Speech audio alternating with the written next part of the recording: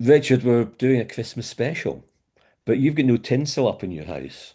I'm not decorated yet, so yeah, Uh, I've And I got, and I and I did look about getting a Christmas background.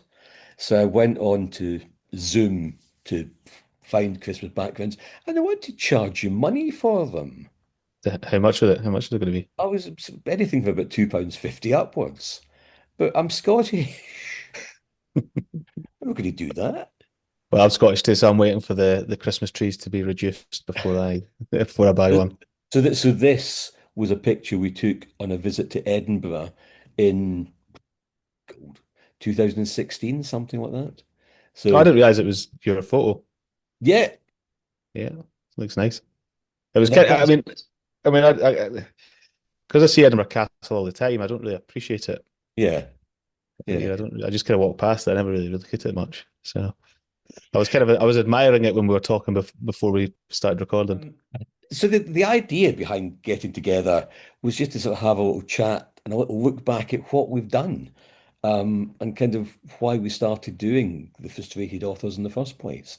Um, and for me, you kind of introduced me to stuff that I wouldn't normally read, but you've done it, we've done it, doing the podcast has done it. It's actually got me reading again in a way that I haven't read for quite a long time. So in addition to the books that we're highlighting in our podcasts, I'm also doing some additional reading as well, which I'm really quite pleased about because it annoyed me that I wasn't reading as much as I wanted to. Yeah, yeah, I'm the exact same. Uh, this year, I've never not read, but I've not read as much in the last few years. I like the quality. I don't know. It feels like the quality of reading sometimes hasn't been. Try to work out what I mean by that, but like, I don't know. You read a book and you don't get engrossed in it. I felt like I wasn't getting engrossed in books like I used to, and I think it was because I wasn't reading as much. But when you're Yep. reading for a purpose, you get it, and it just builds in itself, doesn't it? I was quite interested when we were talking to Simon Hulton about The Night Swimmer, and I had said to him about having read it the second time, or having read it a second time to make notes for recording the podcast. And it was kind of this sound of surprise in his voice when he said, "You've read it twice." And it was kind of better the second time, I felt. But Yeah, there's a lot of books I feel once you, once you know what's happening because you've read it once, you can go back and you pick up a lot of the more subtle things in the books, like maybe more of the thematic elements. Um, but yeah, I that's another thing I've thought about doing the podcast is that the way I'm reading is different as well. Before, when you'd only read for pleasure, whereas now because we've got to come on and talk about it, I'm paying more attention to different aspects of the books that I'm reading. Whereas in the past, I'd have been aware of them, but I wouldn't have thought of them as deeply. Like language, style, themes. I would have a general sort of impression from a book, but now I'm actually trying to read more, think more about that because we're coming on a podcast to yeah, talk about it. it's kind of reading in a more academic way. I mean, I know you took your education further than I took mine, but yeah, going back to the days when I did O levels and higher, and it's kind of reading in that style, for a bit of sort of the old practical criticism. Yeah, quite interesting. So when I used to do English at school, I think it took me about 3 attempts to pass my higher English. So, but I used to love reading, but I hated having to write about reading. So Yep. whereas coming on and talking about it, I feel like I can express my ideas easily verbally, but I wouldn't be able to sit and write an essay about it. Whereas because I studied history, I could write a history essay because it was much more analytical. Yeah, going back to your higher English, my English teacher, who I had for 4 years at secondary school, she was wonderful. And I always sort of credit her with um, sort of instilling a certain passion for the language in me. I mean, she was called Mrs. Whammond, Dorothy Whammond. I think she has long since departed this world. But she used to say that the dogs in the street could pass their higher English. Is that So right? yes. So You're less than the dogs in the street. I suspect a teacher wouldn't get away with saying something like that to a class these days. Going back to the podcast, is there a novel for you that's your favorite, or is the one that we've reviewed that you've liked more than any others? Trains going into it, Train Spotting was one that you obviously were very fond of. Because I've suggested more novels than you for it. I did like because you suggested Catcher in the Rye. I'd read that years ago. And I really enjoyed that. And it's quite like you're talking about reading for a second time, and a lot of these books I'd already read once. So Trainspotting, Catcher in the Rye, Fever Dream. So reading them for the second time, the Trainspotting I enjoyed a lot more the second time. So this when we read it, but I can't think of any book that's a standout. I've enjoyed them all to be honest. So I'm easily pleased. I think I have as well because when I came to selecting a favorite, and again, my favorite going into it, which was one of my picks, was Midnight Library. And I read that a couple of years ago and loved it at the time. So I really enjoyed going back to that. But I then sort of thought, well, that's not fair because that was kind of my choice. So I was looking at the ones that you had nominated, and initially I was going to say that Adrian Mole was my standout choice. And then I went back to Fever Dream and just had a flick through that and reminded myself of the characters. And I know that when we talked about it, I think we both felt it kind of dipped off.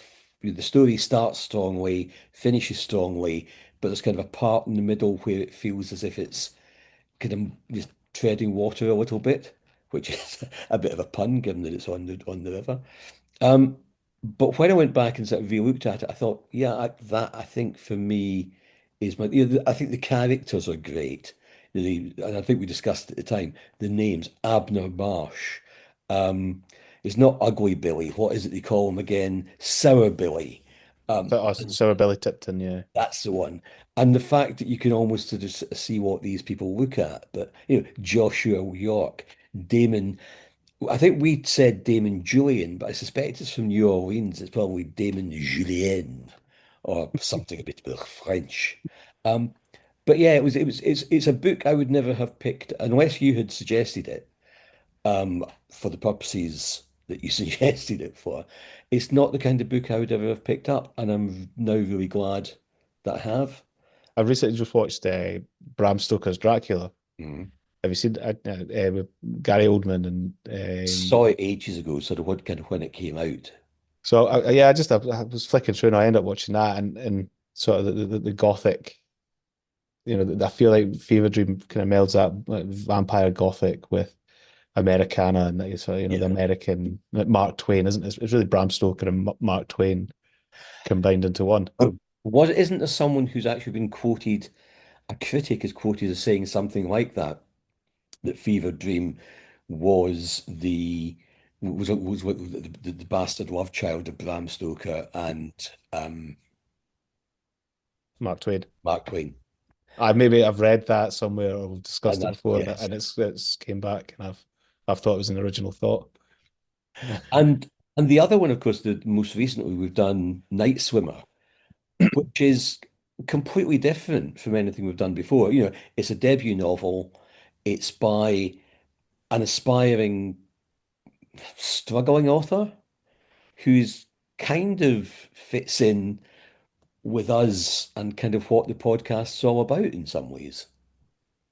I think if I was to choose, not based on the book alone, but I mean, I really enjoyed Night Swimmer. But if I was to choose one episode or one novel that we've done that I'm most proud of, it would be The Night Swimmer because I feel like that's the Simon, like you're saying, he's one rung above us, well, maybe a Yeah. few more rungs above us because he's actually written something. He's actually got But something. He's yeah, published something, and, yeah. and people are buying it. I don't want to lump him too close to us. But yeah, it feels like we're helping, doing something to help someone that, get their book out there, but And it was also also someone that has written a really good book as well. It was also talking to him about, you know, the fact that he had a number of projects on the go at one time, and Night Swimmer kind of was the one that got furthest ahead that he decided to follow through with. And then that when he's talking about finishing it, and he's just got to kind of push it over the hill to get it finished and done. And he resorts to prescription drugs to get that to make that happen. But I think we could both really sort of understand and empathize with that struggle. Oh, absolutely. Aye. Maybe we should get some prescription drugs ourselves and see what happens. Um, but yeah, it's also worth, I suppose, mentioning because I dug out that Dad's first book, and which is kind of where this the idea for this podcast came. I was looking at the back of Broken Tracks, and it's interesting reading the cover note when it's being written about your own father. Um, and it said, the first sentence, this is one of the finest stories ever written about the 1939-45 war. The author, a raw Scots lad of 17, was called up in 1939 for regular service with the Argyll and Sutherland Highlanders, and later posted overseas on tank recovery work following the victorious Eighth Army in their advance in the deserts from Alamein to Tunis. Broken Tracks is his story, seen through the eyes of his central character, Jock Mackay. It is an unforgettable story of war in all its phases, grim, deadly, necrotic, bloody, and sometimes humorous, and always from the point of view of the private soldier who carries the main burdens and is largely responsible for the final victory in every war. Peter Baillie has done what millions of private soldiers would have liked to do. He has written the moving and exciting story of what war means to the average man, torn from his family and flung into a bewildering riot of death and confusion. Broken Tracks is an authentic story, a terrible and yet true story, and a story that will live in the minds of all its readers as a memorial to all who fought in the Western Desert. It's quite interesting. Who wrote that? Um, That little bit there? the publisher, presumably. Ah, okay. Jock Mackay. You can't get much more of a Scottish Scottish name than name Jock than Jock. Mackay. Right. I've Um, lived in Scotland for 37 years. I've never met anyone called Jock Jock Mackay. Mackay.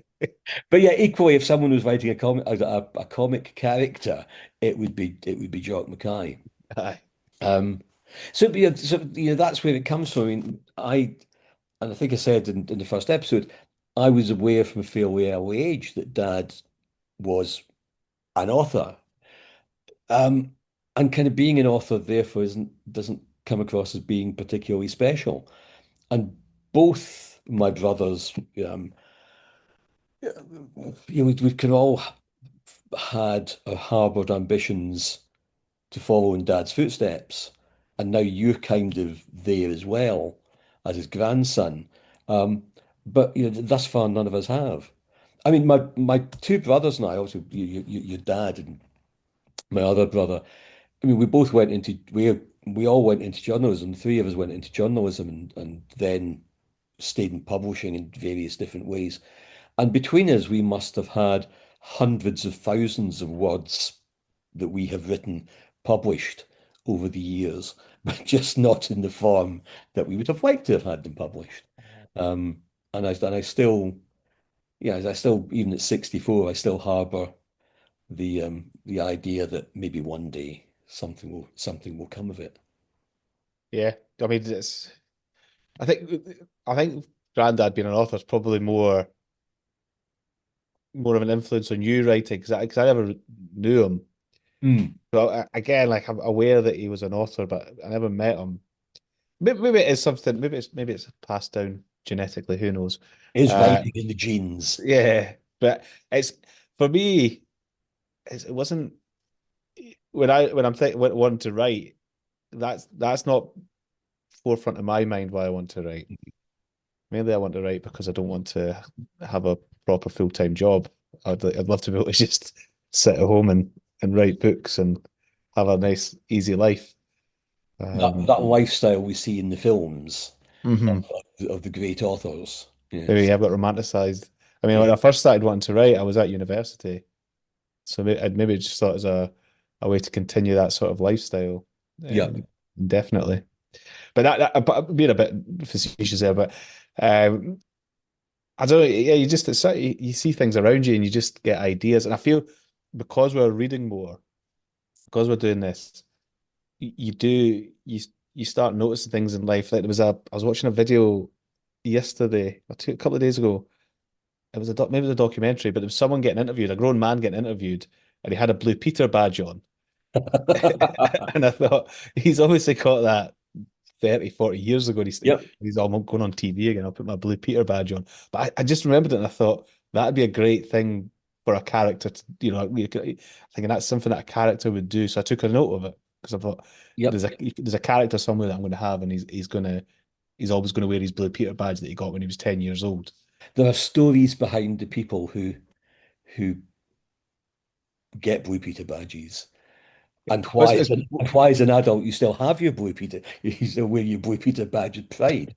yeah, it's more the what does that tell you about the person as an adult when Yes. they're still they're still proud of their Blue Peter badge. Oh, he must have done something good to get it. And there's not that many people with Blue Peter badges, so Well, and I seem to remember from my day, from the Valerie Singleton, John Noakes, and Peter Purves days, there was a silver and a gold Blue Peter badge as well.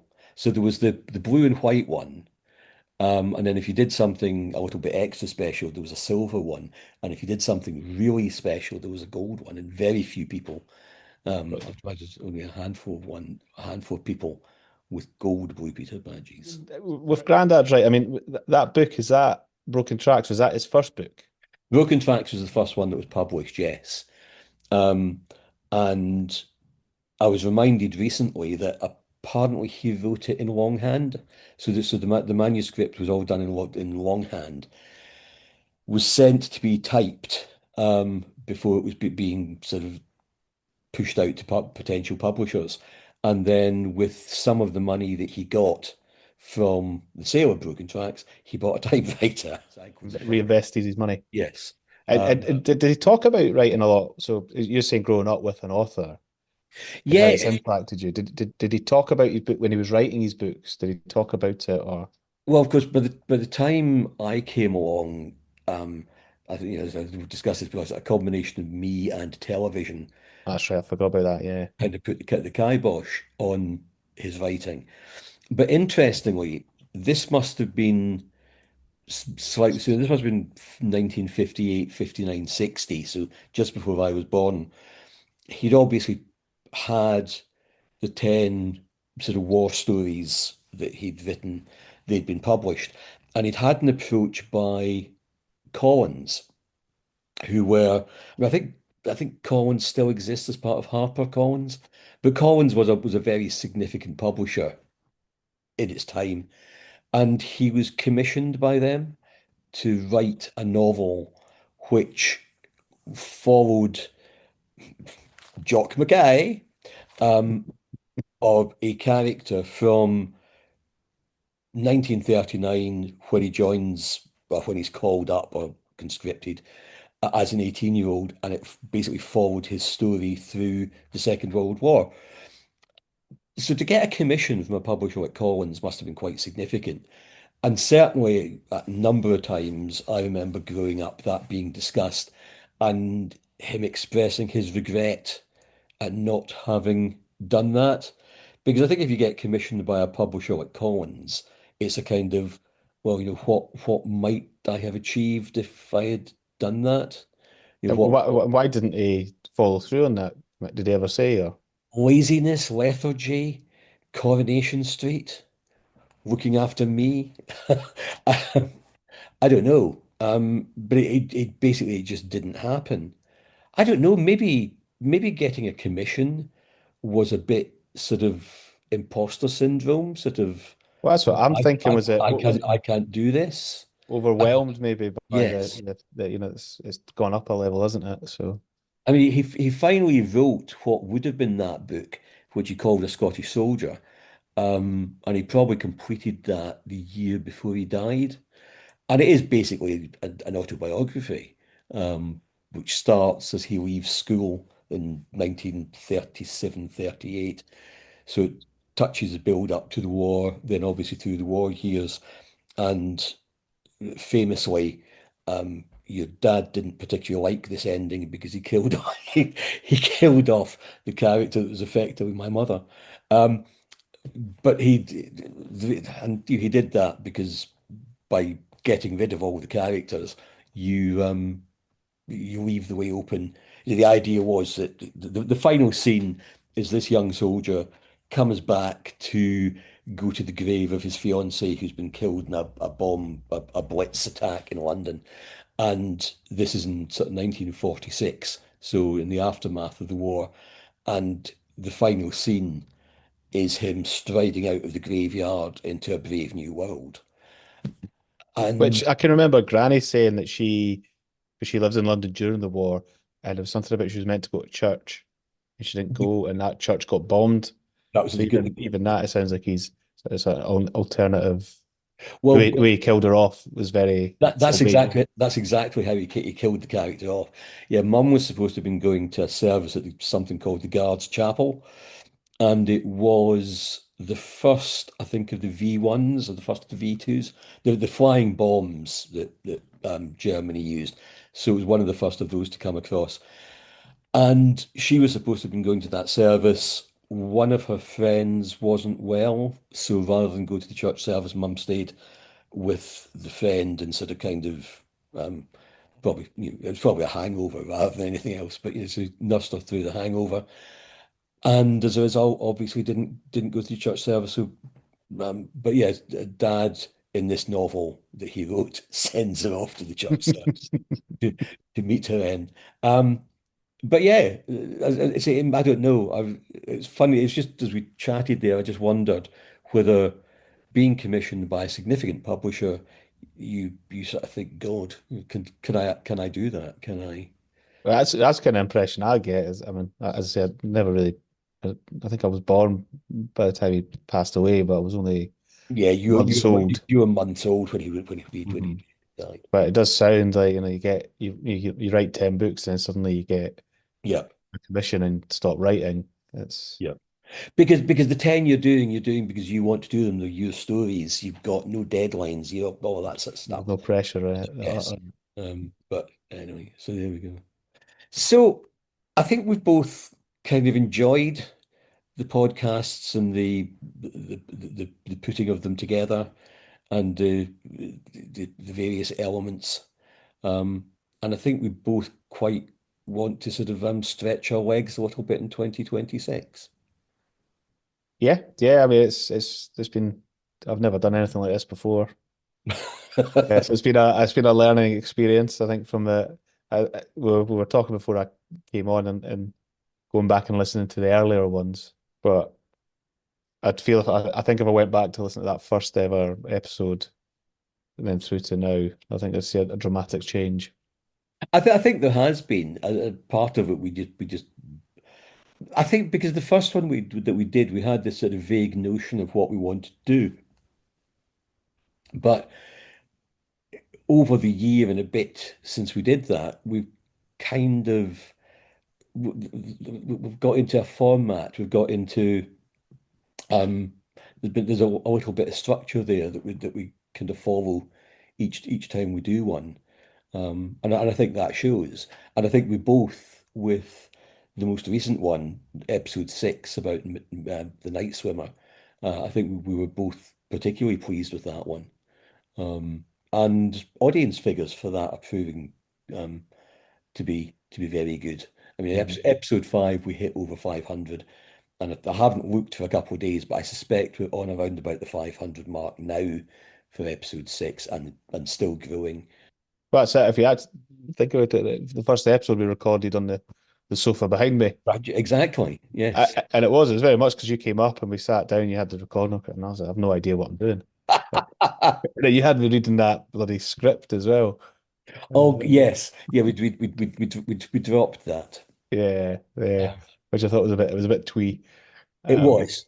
It seemed it was one of those things. It seemed like a good idea, but actually in practice it wasn't. But that's it. It's trial and error and working out. As you say, like get building a format and working out. I think it's quite an informal format we have, but we do have Yes. things that we know we're going to do, and Yes. even the preparing for it, the first couple, You especially maybe. prepare? Well, well, this is my thing. I was going to say the first few. I think maybe the second and third ones, I took a lot of notes and extend, Yeah. and really, and then as you get more confident, you do it more. Uh-huh. You realize that I don't need to have a Yep. huge list of notes, and I'll take Exactly. a few. I think for the Midnight Library one, I took quite a lot of notes and quotes because there was quite a lot of things in it. There was a lot of content in the Midnight Library, and because she's jumping about in time so much, I think you kind of, because I was the same, and I think you kind of had to do that just to try and remember who was who and where was where, and which life she was living at the time. Mm. Because of course it's not just she's jumping through time, but she's jumping through different versions of her life with the same characters. So yeah, that was a. I mean, when you think about and you start to describe it that way, it's quite a complex story, dealt with very well. Mm. Yes, very, it's quite confusing to Yeah, look back, and there's not a linear narrative at all through it. So, but also just to take a few nice quotes of like of the style and language that you can, because I think the first one you want to talk about something, but then you're like, "Oh, I've not got anything to back up what I've said or to kind of to highlight your point better." So yep, I now try to take less notes, but try to get some good examples of things so I yeah, can bring them up while we're talking. yep. No, that's good. But so I think we've kind of agreed that we want to sort of try and reinforce what we've done. I'm not going to say improve what we've done because that makes it feel as if, but I think we've Want to created. build on our Yes. foundations, Well, yeah, yes. I think we've created a really good base, and I think we're both enjoying it. So the first thing to tell our loyal band of listeners is we're probably going to take a little break through until March. And we'll sort of redo our graphics and things like that, and have a look at our music and what have you, and come back with I think a much clearer identity of who we are and what we are. I think the other thing is that while still looking at the kind of more classic books or books that had been out for a while, stuff that we've loved over the years, I think having done Night Swimmer and having the interview that I've published recently with Joe Bravacco, the American playwright, I think the idea of doing some more work with up and coming authors, aspiring authors, more frustrated authors is something I'd certainly like to do and do more of those kind of interviews. We've been in touch via email with Ron Butlin, who wrote Sound of My Voice, which again I think we both really enjoyed. And hopefully early in the new year we will do an interview with him. I'd like to do, I suppose it's the journalist in me, but I'd kind of like to do more things like that. And even interviews that get the three of us involved. So we can have a sort of kind of a round table discussion. And I think that could provide quite a lot of interesting content. Yeah, no, I agree. I think it's a kind of, I mean, it makes sense with frustrated authors. We should interview other authors or actual authors that are frustrated. Not as frustrated. Yeah, and yeah, the idea that the podcast could maybe help people get their books out there, which would be another element to it that we've not done but too much yet until Simon Hulton. Exactly. And I think as well, because we have been quite safe with our choices so far, it's always been a book that you or I have both read, Yep. or one of us at least has read it. So to do some more books that are a wee bit more out there that we Yep. might not like, because we've both picked our favorite books pretty much. Yep. So to be able to do books that we maybe aren't as, we might read it and think, oh, I don't like it, but we can come on and say why we don't like it. Could be an Books interesting. that have been famous for a particular reason, um, potentially controversial reason. What would you think off the top of your head? There's an awful lot of stuff out there, whether it be uh, political or sexual or societal or whatever, um, which is putting quite controversial subjects into fictional situations. So it's something to research and have a look at and see what is out there. Uh, Mhm. I think we discussed it, off camera, as ideas to do more uh, less well-known books, some newer published books, but still bring in the odd classic or something like our yes. personal favorite, just to get and if we're doing, well, you're going to talk about more like an actual schedule that we're going to stick to, Yep. fingers crossed. Um, we'll be able to do more if we're doing more episodes, we'll do more books, and we'll get a more variety of books as well. And the other thing I'd like to see us do is both Scottish heritage, and Scotland, of course, has had its own book town since 1998. Um, and I'd kind of like to see us do some work with them, which again could bring us new authors, input from editors, input from publishers. What's a publisher looking for? How do you make an approach to a publisher? How do you find a literary agent? All those sorts of things, which might help us and might help people who are listening as well. So I think there's potential to sort of spread our wings a little bit that way as well. So that'd be Wigtown. Yeah, I mean it's a part of Scotland I've never been to, so it'd be nice to actually go down and we could maybe meet up there and Yep. record an episode there. Because Uh, because of course it's where your grandmother's family came from, and I always think, despite the fact that I grew up in Stirlingshire, I still kind of see Wigtonshire probably more as home than anywhere else. Um, but so yeah, I think there's great potential for that. So I think we can. There's a lot more fun to be had with the frustrated authors, I think. I agree. Yeah, definitely. Definitely. It's It's a very Scottish pronoun. definitely. Yeah, I definitely. But anyway, You're yeah. making me sound Glaswegian. Yeah, so that was completely unintentional. A lot more fun down the road for 2026, and we can continue to bring our existing listeners with us and add some more along the way. Because at the end of the day, we can do what we like, but it's wonderful in some ways that we are 600 people, 500, 600 people are downloading this and having a listen to it.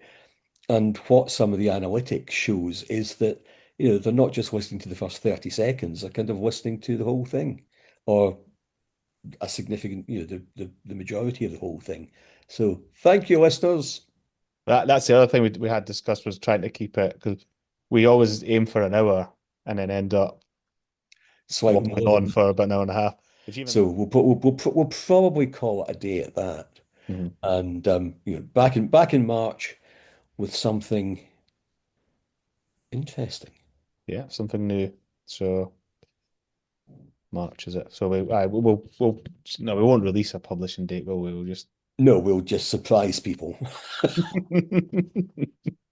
like we always do. It'll be towards the end of March. say that. Yeah, Yeah. yeah. No worries. Right. Well, I guess Until the next time. yeah, that's it for the night.